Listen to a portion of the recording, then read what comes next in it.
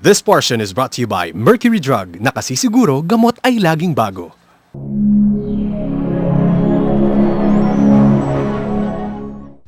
Today on Generation RX Plus. It's one of the most serious medical conditions to affect our lungs, and it can really be damaging to our health in the long run.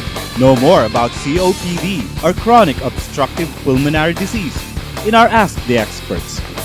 Here's more to looking good in this sports hub like no other. It's time to get your grooming back in the game.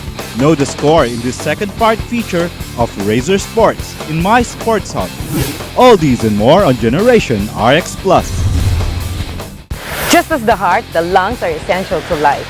And one of the most common lung disease that stems from a variety of causes is COPD. This morning, let us get a better understanding of this lung problem called Chronic Obstructive Pulmonary Disease. Welcome, this is your host, Dr. Cecil Katapang, and you are watching Generation RX Plus.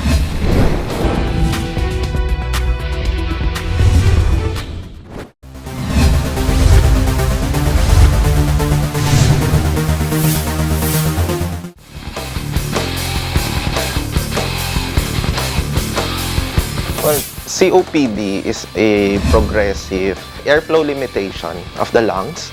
Okay, so what happens is there's obstruction in the trachea, bronchus, bronchi.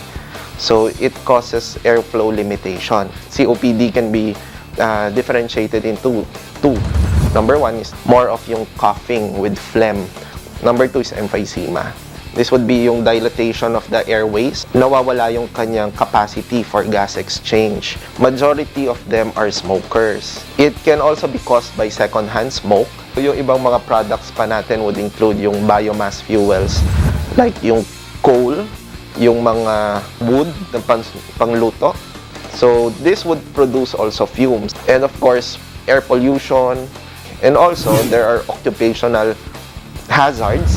Meaning sa workplace, if you're exposed to chemicals, powders, it can eventually lead to COPD also. Actually, number one prevention for COPD is smoking cessation. The earliest that you can stop is the best way to prevent COPD. There are also ways to prevent COPD by exercising daily. You can also eat right, eat vitamins, which is rich in vitamin A, vitamin E, and zinc, which are all good for the recovery of the lungs. The problem with COPD is that eventually you will have different side effects or complications.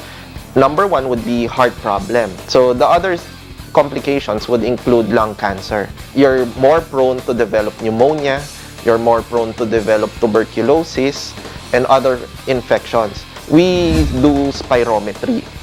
Okay, spirometry is a non-invasive test, meaning walang tusok to.